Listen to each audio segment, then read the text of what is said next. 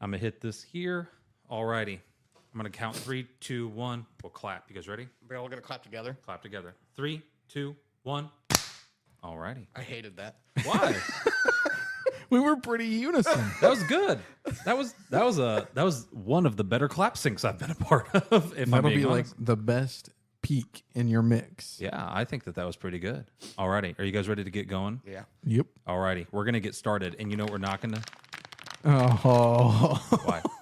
Is he in the shot? Or do I need to move Yeah, that he's back? in the shot. I'm He's there. right there. I see my big old blue shirt. Okay. It looks like he's on the corner. Big old blue shirt. Alrighty. Let's get going. You know what we're not going to forget today? Introductions. Hello, and thank you for tuning into the movie rubric. I'm Timothy McDaniel. Cole Wright. And I'm Josh Glass. I looked at Josh. I didn't like the way Josh looked at the camera. I looked at Josh, and then you started. And I was like, "Who do I look at?"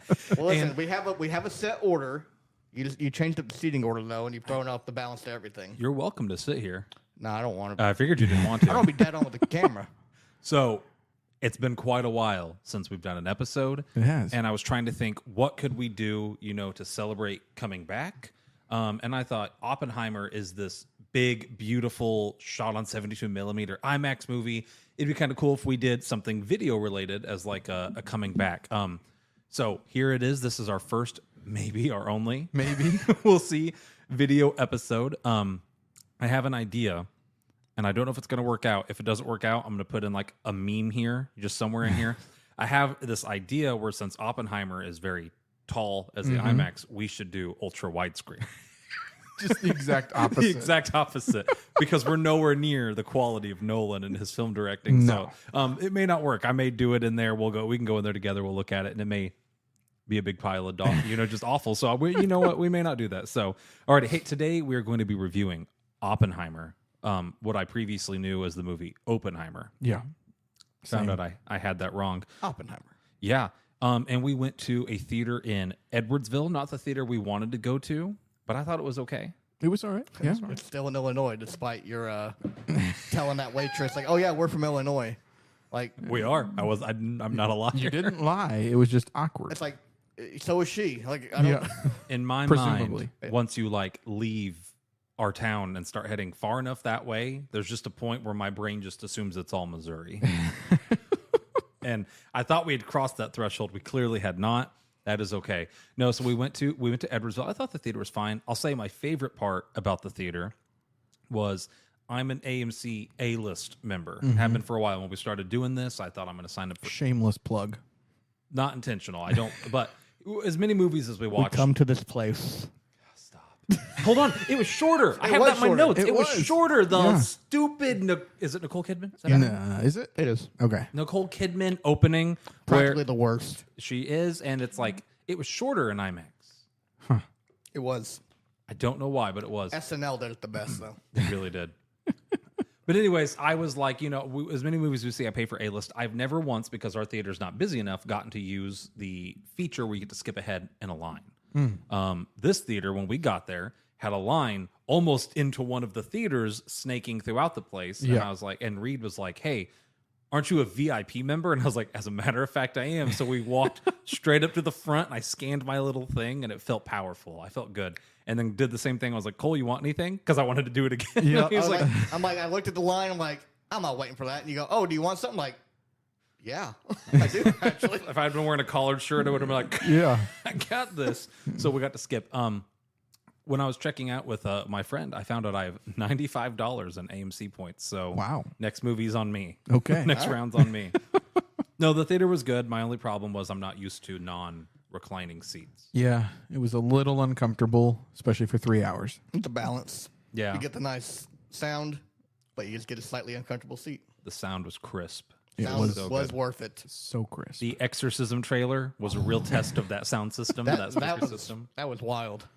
The trailer and the sound. Yeah. The trailer, I'm mildly interested in that. I do think it's funny. I We think got to have an excuse to do a horror movie tier list. So. absolutely. I think our friend made the comment. He's like, "It's Exorcism 2. Now there's 2 of them." Doubly scary. Really, it's not even 2. It's like 6 or 7 at this point. There's been Yeah. a lot of Exorcist movies. Yeah, it is. I don't know. I'm interested to see what they do with that. We'll see. This one actually looks legit scary. Other than like the first one was scary. Everything after that was They're just cashing in on the name, and you could tell they didn't care much on that. Yeah, it's the first time in a while I saw a scary movie trailer and actually was a little bit uncomfortable. Yeah, I'll give it that. It was weird. That's for sure. Evil Dead Rise. It has that kind of vibe to it. Yeah, and the trailer for Evil Dead Rise didn't scare me at all. I thought that a little corny. But that one was actually a good horror movie. Was it? Yeah. I need to look at that one. And then we'll do a movie horror tier list. So Me and Josh will debate it. movie horror tier list. I want to make sure I say that again Horror. before we just start like Not a movie horror. here's our favorite hookers across cinema. Oh, there's the expletive. We're going to get the little E next to this podcast You now. can't put it on we're YouTube for kids. You can we were never putting this on YouTube for kids. Listen, how are we going to get that ad revenue? Yeah, That's right. Yeah, all of our sponsors. Hey, if you would like to sponsor Just reach out. This is sponsored by Raid Shadow Edge. No, don't give people It's free not. plugs. Don't give people free plugs. Alrighty, let's get into it. We're talking about Oppenheimer, and I actually like at one point. I think it was when he was going to see the president. They actually said "open" at one point. Did they? Maybe I'm misremembering. Someone accidentally called him Oppenheimer, and he went in, and then the person addressed him correctly as Oppenheimer. But I was like, that would have been me. I would have thought that was Oppenheimer. Let's just kind of dive in. A couple quick facts about the movie. I was curious how much it made. Josh helped me look it up here beforehand. This movie has made around 412 globally, which is very good. And Barbie has made 795 globally. And it's led to a lot of really cool headlines that I've seen where Hollywood is questioning, like, why do we need 10 Fast and the Furious movies? And I'm hoping they actually... Because family. Because family. Listen, they know the meme at this point. They're going to keep going with They the do. meme. I'm hoping they actually recognize, though, that sometimes good original films are worth it. And I say that as Mattel is planning, like, the MCU of Barbie. They're like, yeah, we've got like 20 toy movies. Are they? Is that a thing happening? Mm-hmm. Yeah, I don't know exactly the That number. may be kind of wild, actually. They're wanting to do like a Mattel cinematic universe. Okay, you know what? I don't hate it. I don't hate the I idea. do hate it. I don't hate it. What kind of toys are they going to use in this thing? Mattel owns half the toys, don't they? They do. I mean, I'm trying to think of what you can make a movie around. Hold on, do they own G.I. Joe? They've done that already, though. But here's what I Been want. there, done that. I want, Small soldiers, but with G.I. Joe. so Barbie comes to the real world. I want G.I. Joe comes to the real world, and then they do a team up movie, Avengers style. So take down Cobra. You know what? I don't like it as much as I did. Like Cobra about being 10 ran by seconds the ago. patriarchy. So No, I mean, if you want just a good version of that, just small soldiers. Small G.I. Soldiers is Joe is owned by Hasbro. darn it. What does Mattel own? I thought that's what you were Googling. I was really excited. I was like, I bet he's Googling what does Mattel own. Oh, Half the world. I was Googling, does Mattel own G.I. Joe? So That's all right. So Barbenheimer was a huge opening weekend, for Hollywood. But I want to ask you guys before we actually start talking about the movie, going into this movie, what did you think the film was going to be like? Because it's not what I was expecting. I was expecting just a very historical movie with. I was expecting a big boom or a Yeah. lot of big booms, which we got those. Yeah. But it added more to the story. I thought it was just gonna be we make the bomb and then we're done. yeah, But before we get into spoilers, I'm gonna say it does not do that. Yeah. I'm not gonna say what it is until we get to the spoilers, though. yeah. I was kind of the same way. I was expecting it to be more like how they built the bomb, which there was plenty of that, but not as much about his life after the war. I agree. I wasn't expecting it to be Tarantino-esque with how much talking there was. Like, there was a ton of just dialogue in this movie, and the pacing in this movie is phenomenal. It never lets up. Never. It's like a bullet train. It's like, I was trying to explain it. My grandpa asked, he said, did you see the Oppenheimer movie? And I said, yeah. And he goes, is that a documentary? And I was like, no, it's not a documentary, which is a common misconception. But I said, it's almost like a Tarantino movie. At points, it's like scene, talking, dialogue, talking, next scene, talking. And it's all underscored, most of it, with very, very minimal. I don't want to spoil that just yet, but very, very minimal scenes in this movie don't have some sort of like classical violin underscoring to it. It made it feel almost like it was a trailer, the whole movie, because it was just like, what's next? Yeah. What's next? It's a prime example of that. You can do a 3-hour movie and keep people's attention. Do you hear that, James Cameron? We're still on Avatar. Avatar I'm 3. I'm not gonna forget. I'm not gonna forgive him for it. That was 3 hours. I'm never gonna get back. I was trying to think of a way to get it back for you, but no. Yeah, Avatar 3, it's going to tie it all together. It better. I mean, the first two sucked. I mean, that's. I think we're going to the Fire Nation for the next one. Oh, we better. I mean, we just need that at this I think point. he's literally trying to rip off the Nickelodeon franchise at this point. Well, I mean, they bombed that in live action movie. We did like Earth, we did Water. I think we're doing Fire, and I wouldn't be surprised if the fourth movie takes place in like a sky castle and he does Air. You know what? If he does it and he's just mad trolling, It'll change your opinion. it'll The change my greatest long play Yeah. ever. I'm like, you know what? I will personally make an apology video, send it to James Cameron, when we like and walk in. he's not even gonna know like why was this guy mad at me? Yeah. It's got to be like black and white. Yeah. You walk in, Hold you on, I sit gotta get down, you sigh. I gotta have like 3 dots at the end of whatever. I'm sorry. Can you do what's her face where she like apologized with the ukulele? All aboard the concept train. It's got to be heavy metal though. Oh yeah.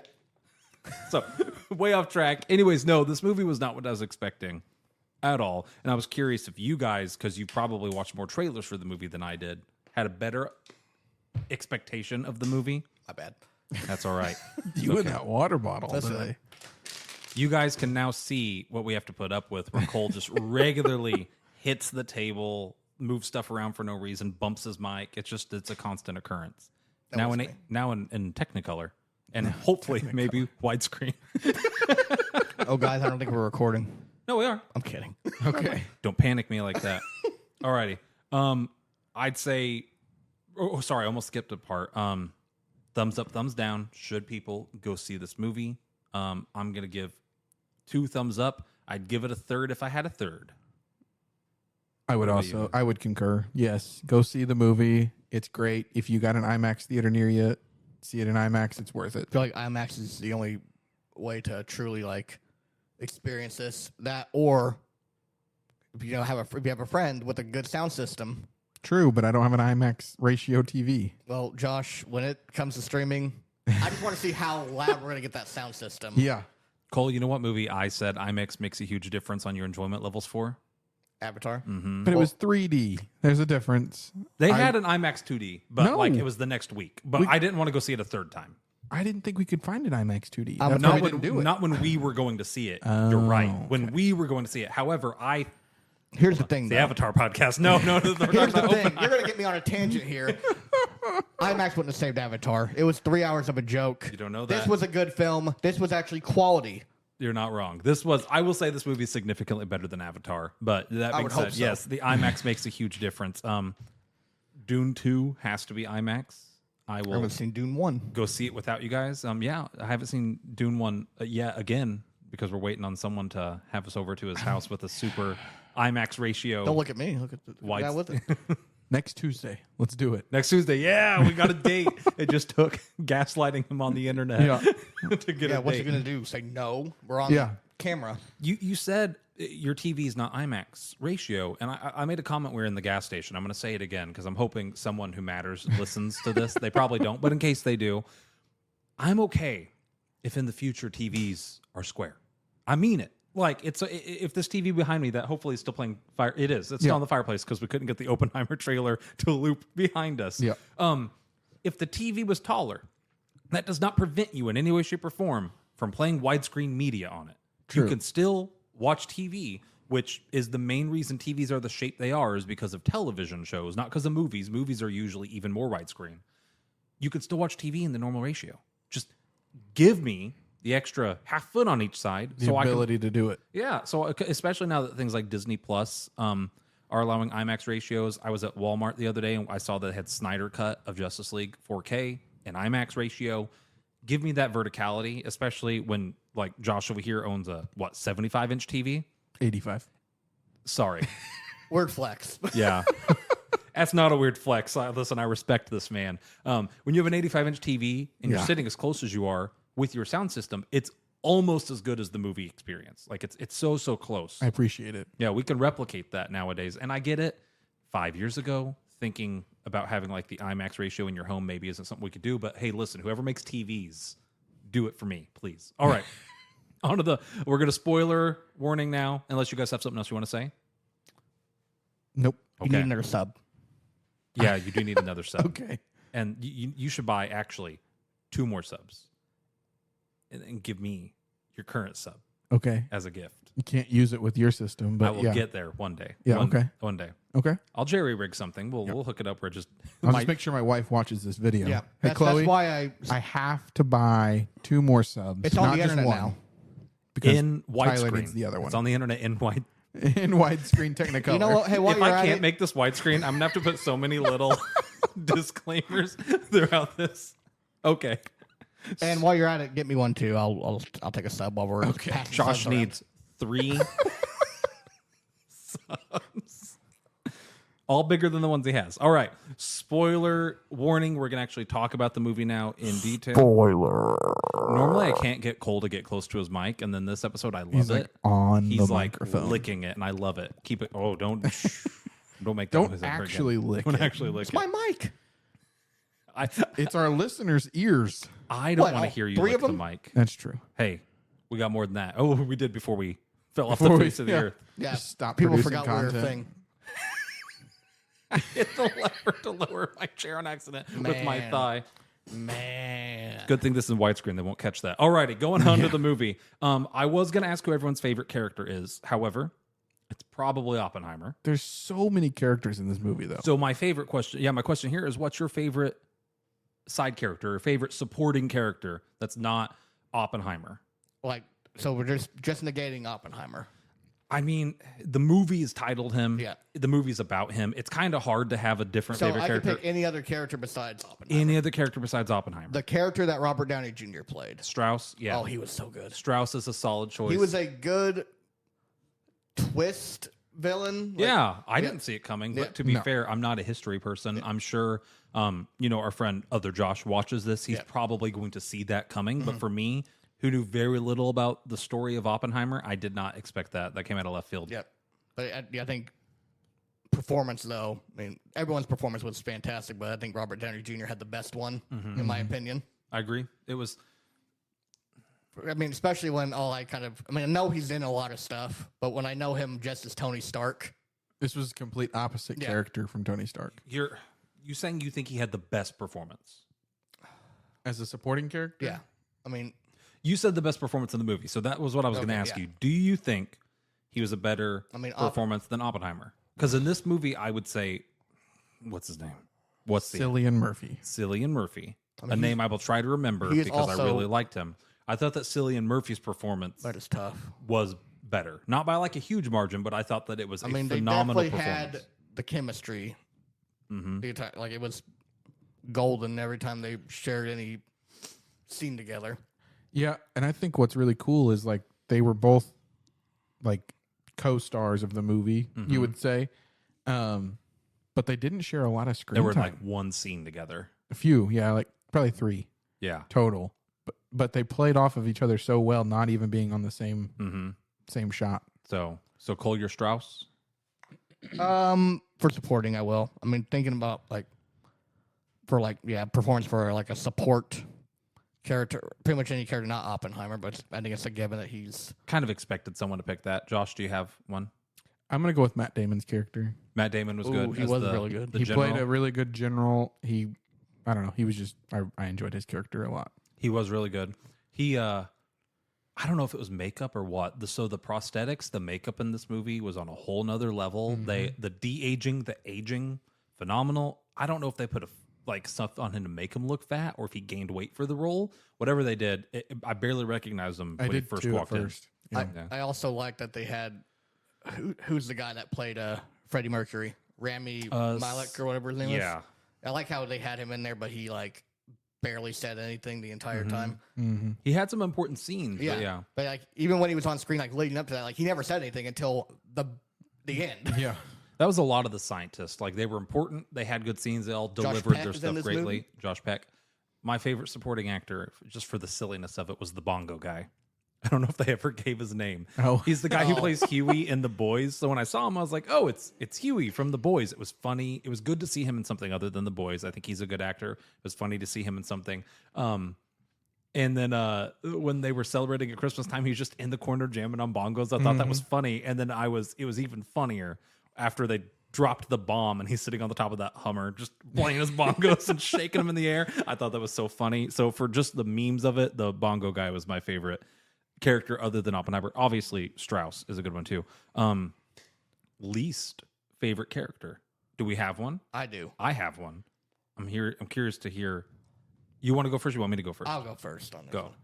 So here, disclaimer: I like the actress that does this Okay. because she's great in everything else. I didn't like Florence Pugh's character. Oh, interesting. She was your least favorite character as a performance or a character? Character. Okay. I say I think the performance was good. Just the character, it was kind of one of those things. I'm like, why are you here? Like I don't think it really needed. I get it. It's like he's cheating on his woman. It showed his womanizer. Yeah, but I feel like they attitude. gave her too big of a role in here. I feel like you could have just had like a montage of him. I feel like you gave her too big of a role for something that didn't really. So, I mean, while the movie isn't a true story, it's heavily based on real facts and the book American Prometheus. And my understanding is, I mean, her character was a real person from my understanding. So I think, especially in the court case when it comes to trying to prove he's a communist and prove that he's not loyal to America, having him spend the night with a known communist in addition to trying to smear him through the mud by showing he's a womanizer and cheated on his wife to the public. I thought that her character was very important. Yeah. Personally. But that's not, not to discredit your opinion. But I thought that she was good. I mean, performance is good. Yeah. Character. You just didn't like character. That's character. fine. I'm just like, eh. My least favorite character was the H-bomb guy. Oh, okay. I don't Guy know with the heavy accent. the guy with the heavy accent. I don't know what it was. Yeah, I mean, he was. I feel like I don't know if it was his performance. Maybe it's just me. There was something about like the way he delivered his lines, and He always looked super sweaty as well. yeah, that's kind of the thing. Like, and maybe it was that's just a weird character. and maybe that was It's purposeful. in New Mexico. What are you talking Well, about? that's true. Maybe that was purposeful. Like, but you're right. His makeup looked off. He looked sweaty. The way he delivered his lines, and not to do with his accent, just like I felt like it was stiffer than almost everyone else's, and maybe that's because he was supposed to be speaking English as a second language. Yeah. Punched my mic twice in like 20 seconds. I'm sorry about that. Cole hasn't even done it once. Yes, you have my He was probably my me. least favorite character. But that is, I had to pick someone for the purpose of the question. It was so hard because I loved all the characters. I thought most of the characters were very well written and delivered. So that was hard. Did you have a least favorite character? Probably not. I mean, now that you bring him up, if I had to pick one, he might probably be the one. Just because I don't know, he didn't really fit the vibe of the rest of the movie. I didn't feel like. Mm-hmm. Maybe that's what it was. I can't quite put my finger on it, but he Yeah. didn't do bad. He was just my least Yeah. favorite. He was definitely a very just like mid-tier character. Yeah. Similar question. What's your favorite part other than the atom bomb scene? Oh man, Because you're not allowed to pick that one. It's not the climax of the movie. So you said this earlier. If you've seen the movie, you know. If you haven't seen the movie, I'm going to spoil it for in you the now. trailers. The atom bomb is like the 2/3 mark of the movie. The atom bomb drops. Yep. I looked That's at the my end of Act watch 2. and I realized that we had another hour left. Like Yep. there's another movie on the end after the atom bomb. Mm-hmm. Getting into that gets to my part though. Yeah. I liked the whole like trial at the end. Like it was intense. You're on edge the entire time. Mm-hmm.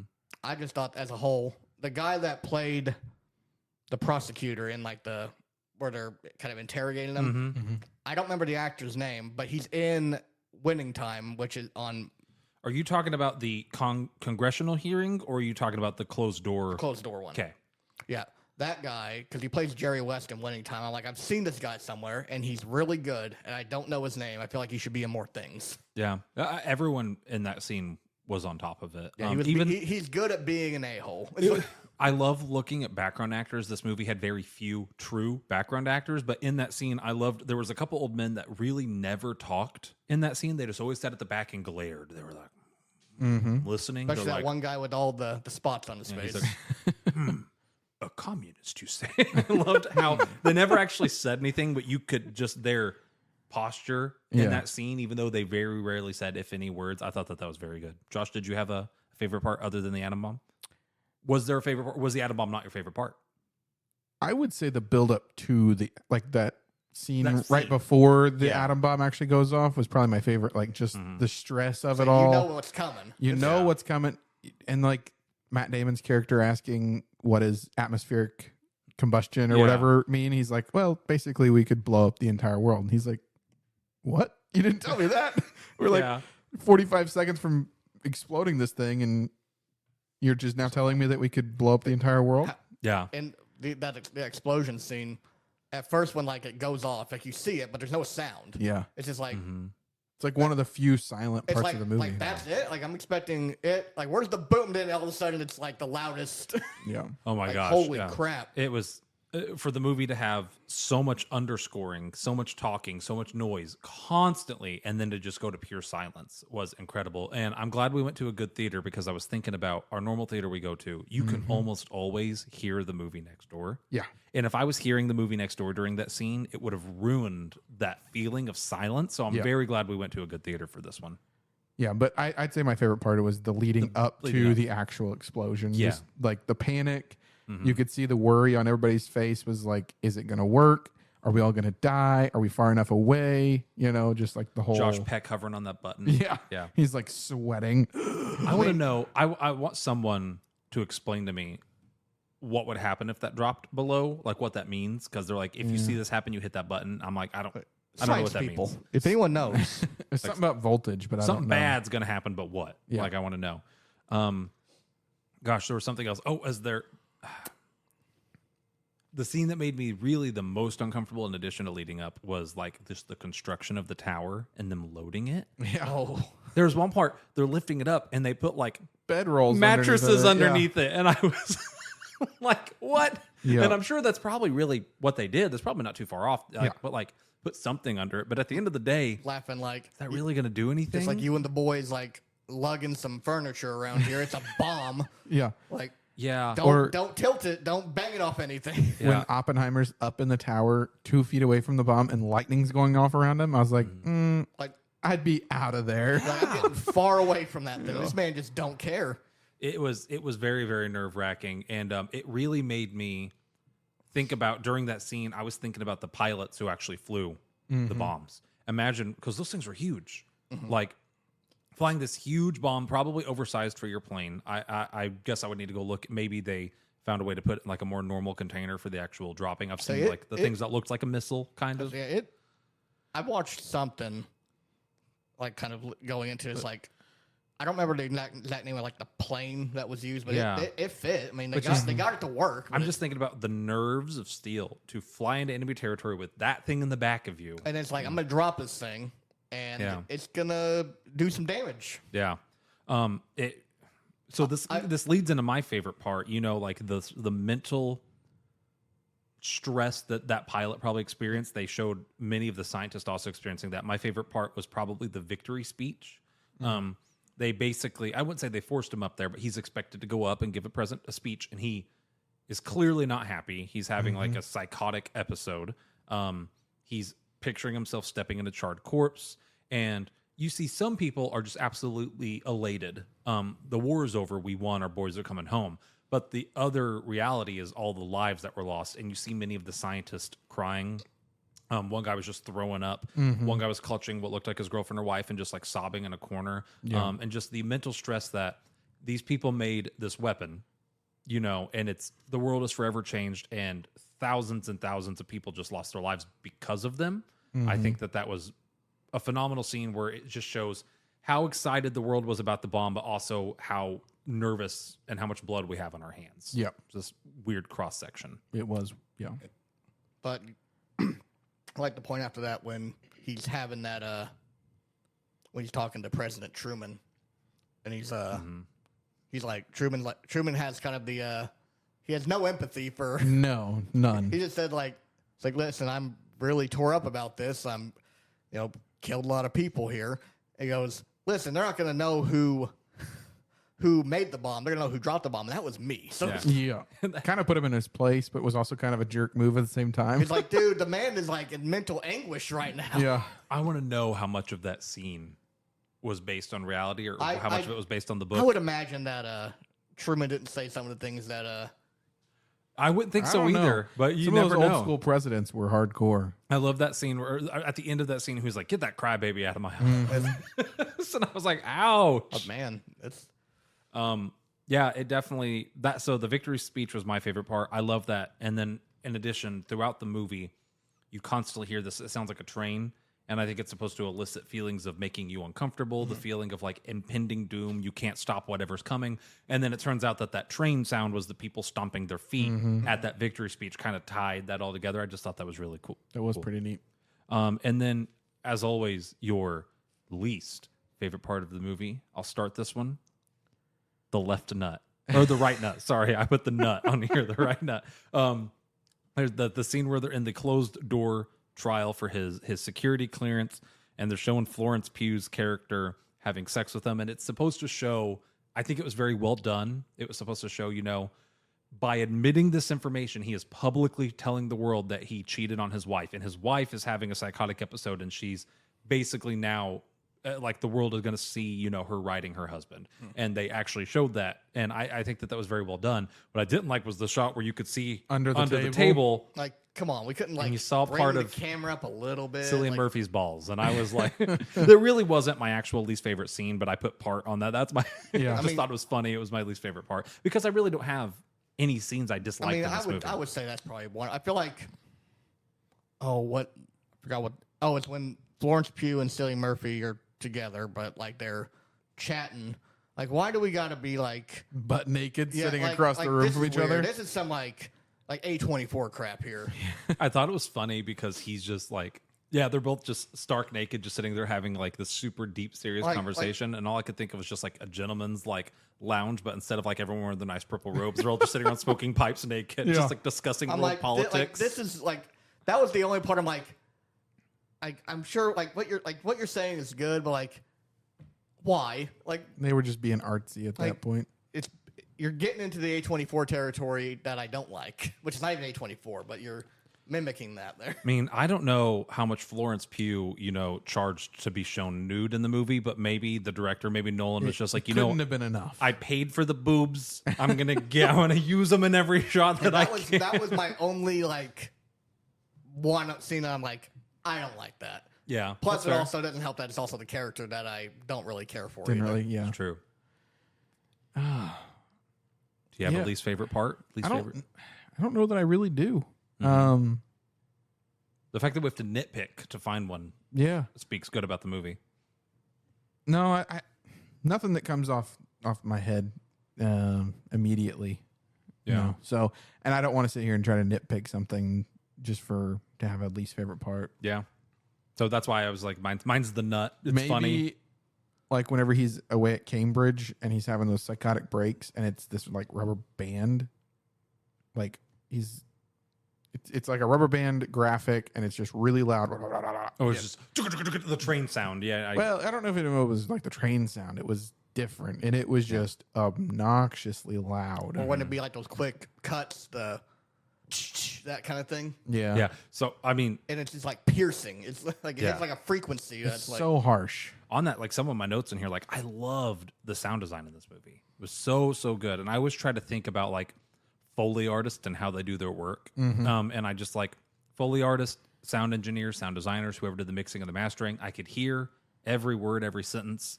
The dynamics between like the loudest points and the quietest points were very, very well done. I loved it overall. There was one part where they were trying to figure out how to detonate the bomb and goes and we shoot it in there like a cannon. And then they very quickly cut to like something being injected or a bullet leaving a barrel, something of similar. And it was a super loud half second. And it caught me so off guard. It took me like a physical full second to catch my breath. The scene happened and I went, and Josh gave me this weird look like, are you okay? I was like, fine. But no. And then there was that other part where we're sitting there and it's just this low hum / buzz in the very back of the theater. And I thought something was like catastrophically happening behind us. And I turned around like twice to see what was going on. You were and then it slowly made its way to the front of the theater. It was You freaked the me out. weirdest thing. I heard it and I thought it was part of the movie. Like, it didn't question it, movie. And then you started looking around like a maniac, and I started being like, is that not the movie? Well, So I started looking around with you. It was so far back, and that's the only place it was behind us. Yeah. It hadn't made it to any of the speakers on the side or in front of us, and so it's just really bizarre. Really enjoyed it, but really bizarre at the time. Yeah, just really good use of the audio and the soundtrack. We talked about it earlier. I put in here. So the first time that I noticed, and there may have been other times, the first time that I noticed that the soundtrack cut out was when they dropped the bomb. There may have been a moment before then, but as far as I can remember, I'm going to go see it again, not this Saturday, but the Saturday after that. I'll let you guys know. The first time they got rid of the music was when the bomb dropped. They did it 2 or 3 times after that. Very rare, once again, but the times they did it after that were like emotional or storytelling bombs. Like I forgot what the second one was, but the other one that I really noticed it was whenever Strauss admits that he rigged the hearing, the music. He said like, "Oh yeah, like I rigged it," and the music stopped. There was a couple times it was like, "Yeah, here's an emotional beat," like mic drop, and then that's when the music cut out, and then it always came back in. But I thought that was a cool use of the soundtrack. I'll have to, when I watch it again, because I probably will watch it again. I'll have to be paying attention to that because I noticed it when the bomb dropped, obviously, because it's completely silent. But I didn't notice it any other times, like prevalently. Yeah. You want to, I mean, you 2 weeks? What are you doing? It's Saturday. We're playing a show. Oh, yeah, we are. Okay. Oh, no. Well, maybe we're going the Friday. I'll look and see when we're looking at tickets. I got to wait on, hold on. I didn't say this at the top. If you're a theater and you tell a customer over the phone when you're going to post your times, check that. Because we wanted to go to a different theater that I've been to before, my favorite theater, and the lady on the phone, she was like, "Oh, yeah, we post them Tuesday at noon." And I moved when lunch was for our camp that week so that I could be online Tuesday at noon to buy tickets. And then I did that, and they were sold out. They had went up on Monday, and I was so mad. So I'm waiting to buy our tickets. But, you know, we're going to go in a few weeks. Elena wants to see it. You should come with us if you're interested. We're going to go see it in Sappington. So the even nicer IMAX theater, in theory. Sorry, off guard. But no, the sound design was awesome. The music was awesome. They did a lot of little cool stuff like that in this movie. Was there anything else in the movie you guys noticed that you want to call out? Because I've got a list here, but I don't just want to like read through my list. Going back to it probably wasn't even what they intended, but I'm just gonna call him Freddie Mercury. The Freddie Mercury one, you know, he's silent the whole movie, and then when he finally opens his mouth, it's like the biggest like piece of information they needed. Yeah. It's like it's a prime example of those who speak the least amount Have the most to say. Yeah, Yeah. didn't say a lot, but when he did talk, Yeah. it was the biggest. Oh crap! It was a really nice twist.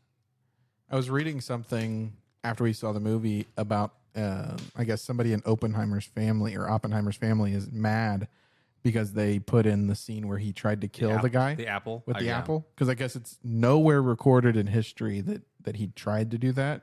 Like, it's known that he had issues with the teacher, but never to that point. And so he was kind of irritated that they made it look like his family member was a potential killer. I read that too. But I mean, the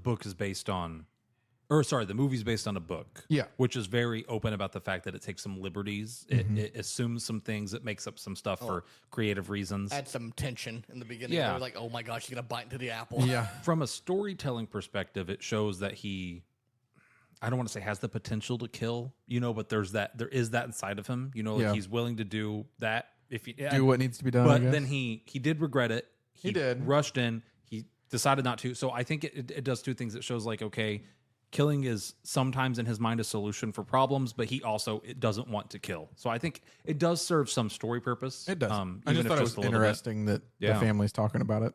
I did also read that, and that's a valid criticism. I mean, if you're from that family line, I think it was like the guy's like grandson even. Like it wasn't even like that far down the tree. Yeah, grandson or great grandson, something like that. Yeah.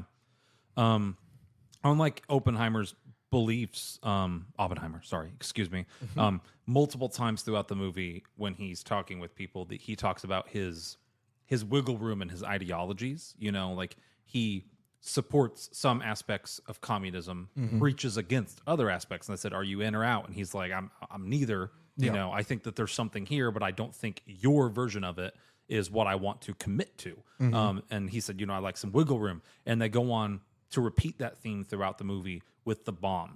He believes the bomb has a use, but he doesn't necessarily want to use it. He thinks that we need to have it so that we can end the war, but yet as it's being sent off, he then regrets it, and then he turns around and becomes this big advocate against the bomb or the bombs. He becomes an advocate against H-bombs, and he becomes a big advocate for controlling the world's nuclear energy. Yeah, I'd see.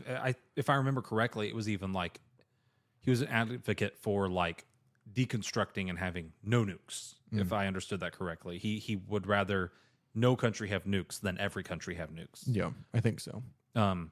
And I thought that was cool because yes, he is the father of the A bomb, but yet he recognizes that, and I liked that they introduced his thought process very early in the movie, and it was consistent throughout.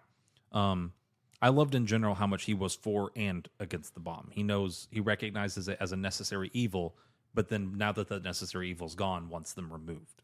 And I think it also kind of made it out to be that he was using this as kind of more like a personal like test to his theory, because he's the one who kind of started the but took quantum theory into a deeper realm. He brought it to America. Yeah. And kind of expanded on it. And so the atom bomb was like the true test of does his quantum theory that he's been talking about theory-wise actually work in practical use. That was really cool. So it was a little bit of it, maybe a personal vendetta, like testing his theory. I hope we get Oppenheimer next time there's an Ant-Man movie. Yeah. That's what you want? Yeah. Just like Ant-Man goes quantum. He goes inside a nuke. He is Quantumania. Yeah. He really is. This movie, I definitely, I actually had the thought. I thought of Ant-Man, and I hate that I also thought of Ant-Man the first time they said quantum in the movie, because Marvel superheroes media have like turned the word quantum into like where you take your story when you're running out of ideas. So I heard quantum, and I thought of Ant-Man, and then this was a very nice release from thinking about that. Yeah. I have a couple other things on here, but like they're all kind of the same thing. The movie was both political in nature and not. It definitely was a warning about the atomic bombs, but it also doesn't paint Oppenheimer and those who created it as evil. Yep. Japan is not evil, but yet they kind of are. They're kind of not all at the same time. It was a very gray, moral speaking movie. It's like kind of take your side after you've watched this. Yeah. I love that interpretation. Speaking of Barbie and then Oppenheimer, Barbie is, I've not seen it, but it's well known for shoving an agenda. Yeah. Being that's very heavy-handed with its message. Yes. Or not shoving an agenda, but Yeah, I get what you're saying, yeah. But then Oppenheimer, where it very well could have stayed, it towed the line, and it stayed more even-keeled. Yeah. No, I thought that was really cool. I love it's so unrelated, but it was one of the few times in the movie that I like laughed was they were trying to figure out where to bomb. And I never thought about it. That's a meeting that you have to have. Yeah. And it's like, because Japan, pretty big size island. Where are you going to drop it? And I loved that he's like, I've got 12. Oh, sorry. Taking off Kyoto. He tries to justify it. He's like, because of the cultural significance. Also, my wife and I honeymooned there, and it's just beautiful. I laughed out loud at that, and I was like, that's true. And that might have actually happened. I don't know, but I thought that was so funny that was the reasoning, and that's a conversation that needed to happen. Yeah. I mean, you kind of have to plan out like, oh, so we have this bomb. Where are we dropping it? Yeah. Where are we dropping, boys? Yeah. Where are we dropping the boys? And I think Tokyo, they said, was like their first option, but they had firebombed it so much that like 65% of Tokyo was already gone at the time. Finish it off. I can't remember if that was Tokyo or somewhere else they said, but yeah, I remember them talking about the fire bombings and stuff like that. Gosh, it's such a morally gray, awful bowl of soup to even try and like sift through. World War II was so wild. Like if you go back and read about it, it's just the things people did was crazy. Yeah, and like I don't study history enough to know this for certain. It was told to me, and maybe this was like lies, that the Japanese people had been so, I don't want to say brainwashed, but kind of adjacent to that they were told, indoctrinated, that's a better word, thank you, that they were told like, the Americans are going to rape you. They're going to, take your children. And if you see Americans, you're better off to kill yourselves than to, resist. And so you had this when the U.S. was trying to board that this was happening. And that's why they were like, okay, we have to do something to end the war. But even then, knowing that going into this movie, it still makes you feel like you're doing something wrong. It still makes you feel like you're doing something evil because of the way the movie presented it. So, man, good movie. All right. I have a list of likes here. I'm curious. Never forget, though, that they gave the child away and then got it back.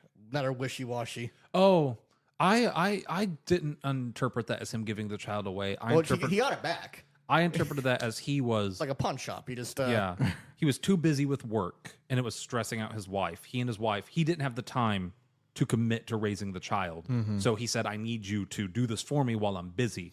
And I think that I didn't view that as evil. I viewed that as it's not evil. Just like he recognizes just what he's pointing doing. it out. I'm like, okay, like we're just gonna give children away and then get them back. Just wishy-washy. Again, it was the 40s.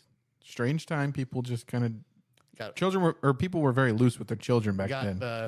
the quantum scientist over here. Wife's blacked out drunk. Got a baby screaming in the other room. Yeah. Like what a sight this is. If my child screamed as much as that child Oh my screamed gosh, for the that- 5, I may have also given it That away. may be like that was piercing. It was like the Exorcist. Okay, I'm continuing my theme of I don't like the kid actors. This kid wouldn't shut up. Yeah, the He Exorcist screamed trailer. every time. It was like the Exorcist trailer versus that kid for Yeah. volume. So if my kid yelled like that, I may have Oh my gosh. also given them away. I might have went to Josh and Chloe's house, be like, I need you to watch this kid till they're 5, and then I'll take them back when it's kid. Yeah. when Then you can have another one When I I can- can scream also. will you watch this till it can play video games and then give it back to me? Can you give this when it'll learn to shut up? Jeez. But I say that I have this list of likes. We've talked about most of them. I tried so hard to find dislikes that were worthy of talking about, other than picking fun at seeing part of a nut. Just the ever so slight tasteful corner of one. Did you guys have any? Did you guys have any real? So you mentioned Florence Pugh's character. Were there anything else? Were there any actual dislikes you guys had with the movie? Oh. Okay, so we got to talk about the black. I mean, I liked the color and black and white because that's a very Nolan thing to do. Memento is Yeah. what I thought of. I want to know the rules for why it's black and white and why some scenes are color. We were looking that up. We were on accident. Because Memento, there's a set theme of why they use it. This one, I didn't catch on to the theme of what. I think I was close when we were leaving the theater. I thought that black and white was what people believed, and then color was what really happened. Okay. I accidentally, when I was trying to find something I was trying to figure out if the black and white scenes were the same IMAX ratio, because in my mind they're scrunched in, and then in color it opens up. I don't know that for certain. I'm going to go watch it again. I'm going to make note, but I was trying to figure that out, and in the process, someone was explaining it, and they said that the black and white are from a third-party perspective of what happened, and then the color is the truth and first-person perspective from Oppenheimer. Okay. So it is his perspective of the events as they really happened. And I think what really keyed me in, what helped me piece it together, was the Einstein thing. Strauss remembered Einstein turning around and looking mad and not looking eyes at him, and he just assumed, he said something evil about him. But then when it's in color, we see that they were really just discussing, did we provide the tools to destroy the world? And it was what happened, really happened, air quotes, because it's based on a book, mind you. I don't know if that conversation maybe really happened, Maybe. was truthful. So that's how I interpreted it. Well, that makes at least a little more consistency because at first it seemed like they're just picking and choosing when it's because at least with Memento. Josh, have you ever seen Memento? Okay. Nope. Good one. good. Really good film. But at least it has it where you have the scene plays out and then you have an inner monologue for the black and white and it switches back and forth. Yeah. This one, it just seemed like it was here's a lot of color. Here's one black and white scene. Here's one color scene. Here's a bunch of black and white. It's just all over the place. No, I didn't feel that it was all over the place, but it did take me a while to figure out what it was. Yeah. And I appreciate it now that I think I have a grasp on it, especially I think it was who's Pitch Meeting Dude? What's his website? I don't know. I don't know. Screen Rant. It was the Screen Rant article that I read as we were sitting here waiting and getting ready. I think they helped me piece together it a little bit better. Yeah, after hearing what you said after the movie and then that article there, that makes the most sense to me. Thinking back We're on just what gonna roll scenes with were that. black and white, what were Yeah. color. So any other But that's dislikes? just a theory. a move. Theory only takes you so far. Oh, he got you there. Watch. Got me. I'm ready if you guys are. If you guys don't have any other dislikes, to go on to the rubric. You guys Let's do it. You ready? I'm going to do something a little different here. Oh, please don't do this. got guys ready? video. You're Yeah. changing things up. I am. Ruined. We're at 50 minutes, and I think we've already talked about the plot, the characters, the direction, everything. I'm just gonna lay it all down now. I'm gonna be honest. This was 5s across the board for me. We can break down each section if we really want to, but I think we kind of did that pretty naturally when we were talking about it. I'm gonna go ahead and jump the gun and just say that for me, this is an easy 5s across the board, especially on like direction, characters, and enjoyment. Plot was based on the book and a true story. I thought the plot was excellent. We talked about how good the characters are, so I know that it's weird, maybe to just jump the gun like that, but I'm just gonna say 5s across the board. I'm gonna tell you, mine is not. Is not. So let's dive in. What is not a 5? Why don't you just give me the categories? That was stupid. So okay, so let's fair. So plot, Cole. What would you give plot? Plot's a 5. Plot's a 5. Josh, are you also 5 on plot? I'm probably going to go 5s across the board as well. I'm Trying gonna to go ahead think and back. skip to Josh real quick. Yeah, I can't think of anything that I would downgrade. Think we can bring him up, whatever his 4 is, or a 3. We can try. God forbid it's a 3. Maybe it is though. Oh, boy. 2. All right, Cole. Characters So might have a 3. I'm going to turn and look at you now, making sure we're still recording. Cole, plot. I gave you plot 5. Oh, I didn't hear you. I'm sorry. I was listening to Josh. So plot's a 5 for you. My bad. Proof he doesn't listen to you. You got headphones on. You were talking in my ear. So, Cole, what about characters? I'm guessing this is probably your 4. 4, yeah. 4, yeah. So was it Florence Pugh's character? Is that dragged it down a The hole? the It's not one perfect. character. Oh, yeah. What's that? Not perfect. Not It perfect. exceeds expectations. I was just saying. Listen, we gotta have an actual rubric written out here before I can. We did at one point. I lost it. No, yeah, but if that's your interpretation of it, I took it you're as allowed like, to do hey, a 4. you got it perfect on this, you're gonna get 5. But if I have to knock you down because we can't do decimals, I'm gonna. Yeah. No, I try not to do decimals. That's a cop out. Yeah. So okay. So direction. You anything different on direction? 4. 4. Okay. What did you not like That about direction? hold up. That to me is a shocker. Yeah. Because this was one of the most well-directed movies I think I've ever seen in my life. So what I do would we agree. think? What do we think Cole's giving it a 4 for? The The black and white, he mentioned that. I like that though. Yeah. Okay. I'm gonna say maybe some of the obnoxious sounds, Okay. I'm going to say and maybe the fact that it was 3 hours. excess nudity. Excess nudity. Tyler got it. Oh, was that it? Oh, I felt like okay. There's a time and a place to have that in a movie, but I felt like they just threw it in there just to throw it in there at certain points, especially when it's just that we're gonna have this casual, deep conversation, gentleman's club style, with your tits Nude. hanging out. Yeah. Yeah.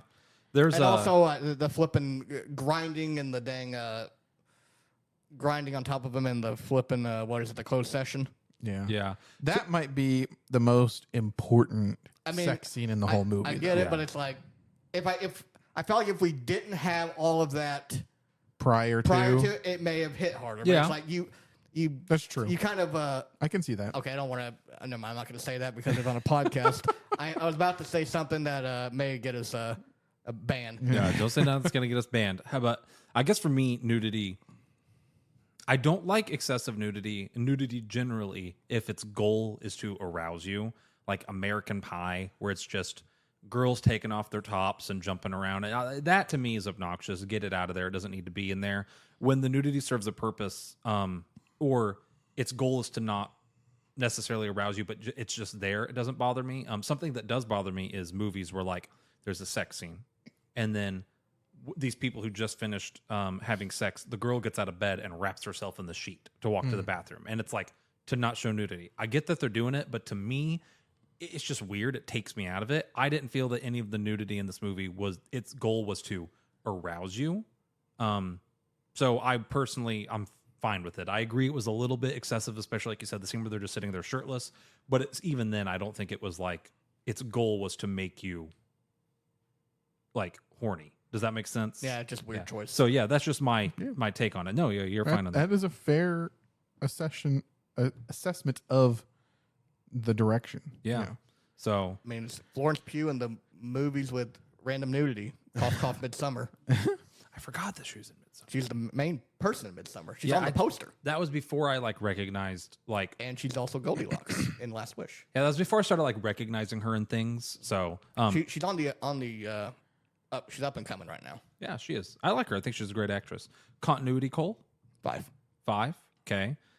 It'd be very hard to find someone tried actually, and that's actually what the screenwriter article is about. Someone said, I have to point out an inconsistency in Nolan's filmmaking when the flags. was the flags was the 50 stars. Yeah. And then someone said that's actually what that article is about. Someone said I could argue that this was done intentionally because it is supposed to be how people remembered that happening. And people present day remember 50-star flags because there's another shot in the movie later where the star does, or the amount of stars on the flag is correct. So I mean, I can't say I'm counting all the stars. yeah, I'm not focused on the.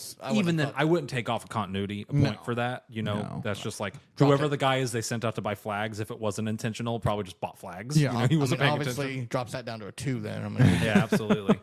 Cole, were you a 3, 4, 5 on enjoyment? that's a 5 for enjoyment. For me. 5 for enjoyment. Okay, I really like this movie. I did really like this movie. For 3 hours, we already said like it was a 3 hours where you weren't gonna get bored. They didn't like have any like down moments where it's like, I mean, it keeps the momentum going from the start of it to the very end of it. Yeah. So, I mean, that brings our total score to a 97.33. Rounded down to a 97. You know, Might be one of our respectable. highest movies. It's Not close. not the highest, but one of the highest. The highest is Whale. the Whale, yeah, which we gave a 100%. Oh, that's true. Yeah. yeah. Good movie. Good movie. So this was also an excellent movie. I'm gonna go see it again. It being 3 hours, I may not go see it a third time. I also may because once it leaves theaters, I may never get the chance to see it in IMAX again. Now, that being said, I don't want to over burn out myself seeing it, you know, and make it where I'm like the fourth viewing, I'm like, or the third, I'm like, just like, you know, like I don't want to go force myself to see it. But if I feel this way after the second viewing, I might go see it a third time just because I won't ever really have the chance to watch this in IMAX theaters more than likely again. True. You know, people right now are begging Dune to come back to IMAX before its release, and they're having trouble doing it because IMAX, I think they're like a company almost. IMAX as a company, It's a brand, yeah. yeah, is like only has so many theaters, and they're saying there's not enough, you know? They've already said that the Marvels, I don't know if this is true or not. Someone said that IMAX claims that they're not going to be giving the Marvels any IMAX screens because Dune 2 comes out around that time. And they're going to dedicate all their IMAX screens to Dune 2. Can you imagine shooting your movie in IMAX and then being told, Like, we're not going to show you. Movie. By the way, yeah, by the way, you actually can't Yeah. use. you can't use our theaters. That being said, I don't know if, and maybe I'm wrong, I don't know how much Marvel movies are shot on true IMAX. I think it's just a ratio for them more than anything. But I could be wrong on that. So we'll see. No, 97. That's good. That's good. So it was good to get back here and do this with you guys. It was. What is our next movie? We got Ninja Turtles coming out. I'm actually, I want to see it. I'm so nervous about that movie. I want it to be good. Listen, I'm expecting the worst, honestly.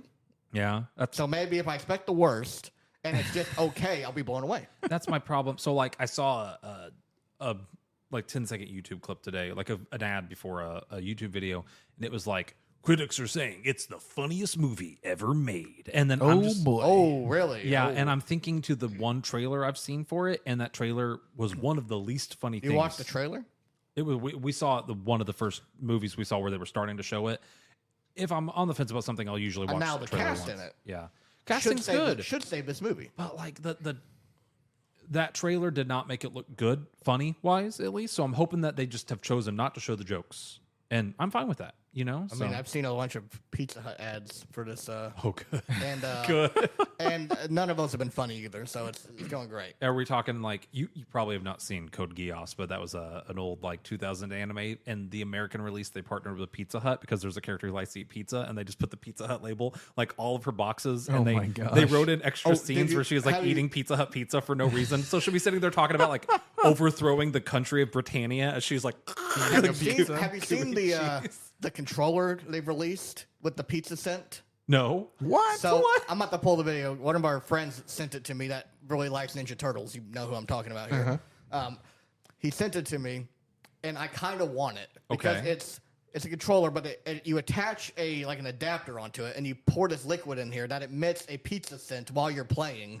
I would just be hungry the whole time I played video games. It looks freaking awesome. I don't think they ever released it, but it's like the KFC console. Yeah. Which, hold on, I keep looking at the camera. I like having a camera. KFC, if you're listening, I still will buy this console. If you're out there, I don't think you ever released any official versions, but listen, if it's Forgot that was a thing. I never heard of it. it haunts my dreams every night. I think about it every day. if you still make the KF console, I will buy it. I have disposable income I'm willing to spend on a video game console that can heat up wings for me. Oh my gosh. What more could you want? It's just called an air fryer at this point. Does it all. But I need it to be able to play video games and then also. Listen, you don't do console anymore, Tyler. You're No. a PC master. Like, man, I race. tried so hard to play Call of Duty with your controller the other day. Like, it was rough. But you know what? After that, I almost found it. I told you guys I dug it out. It's over there. It's been dug out.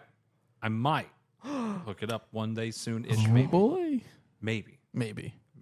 But I did dig it out. So it's there. I know where it's at. There's even an HDMI cable next to it. So man. we'll see. Man. Yeah. So, alrighty. Ninja Turtles. There was Dune 2, obviously. Once Got we the watched Marvels come out in a few months. So Dune 2 is a month or two away, I think. Dune 2. Haunted Gran Mansion just Gran Turismo. Haunted Mansion looks really good, actually. it just released last weekend. Is that streaming? No, Is that in I theaters? think it's in theaters. Yeah, So we got to be a Disney tier list. good. Good. I'm Yeah. surprised we haven't done a Disney tier We list. haven't watched a Disney movie. None? No. Really? Yep. Nothing's caught our attention. Nothing's I really haven't. tickled our fancy, as the kids say. Yeah, I'm down to watch Haunted Mansion. That's in theaters. We have a thing Saturday, right? Honestly, let me Yeah, we do. go ask my wife what we're doing on Friday night. If you guys are, Man, I got nothing going on. let's play. Okay, Haunted Mansion, Teenage Mutant Ninja Turtles, eventually Dune 2. I wouldn't be opposed to doing an episode for Dune 1 since we're doing Dune 2. If you guys want to, or maybe if we don't do an episode, we just review it and then talk about what we would have given it when we do Dune 2. Okay. You know, so Gran Turismo, like Cole said. that looked good. That yeah. looks good. That looked really good. Exorcist. Exorcist, I'm interested in. That's October. Yeah. is Have we honestly done a like horror 2 movie months tier away. list? No, No, we were gonna go see Elementals, and that we that just didn't happen. we just didn't. I heard that movie flopped. Well, though. you know what? That would have been a great episode because we could just trash it on it. I heard it. Well, I heard it flopped. I didn't hear it was bad. I heard it was Yeah. just generic, and it wasn't advertised or marketed well Yeah, at all. Suzume. Yeah. Wait, what? It's like Suzume. Suzume was marketed well. Yeah, but It it's, just wasn't good. Suzume, I didn't like. Like, I have to get my digs in on the anime. Confusion. yeah, you did like I definitely felt like the Pokemon attack, and I was Huh? like, Timothy is confused. I was like, wait, that joke doesn't make sense because Suzume. Suzume wasn't I'm good. just gonna let you remember that you drug us to the anime equivalent of Space Jam 2. I will find a way to drag you to another one. Maybe I'll go pre-screen this one. I won't tell you guys. I'll go like watch it first and then take my notes and then be like, all right, It's really good. it's good. And then I'll come to you guys and be like, I heard, if you guys would be down to try it again, maybe, just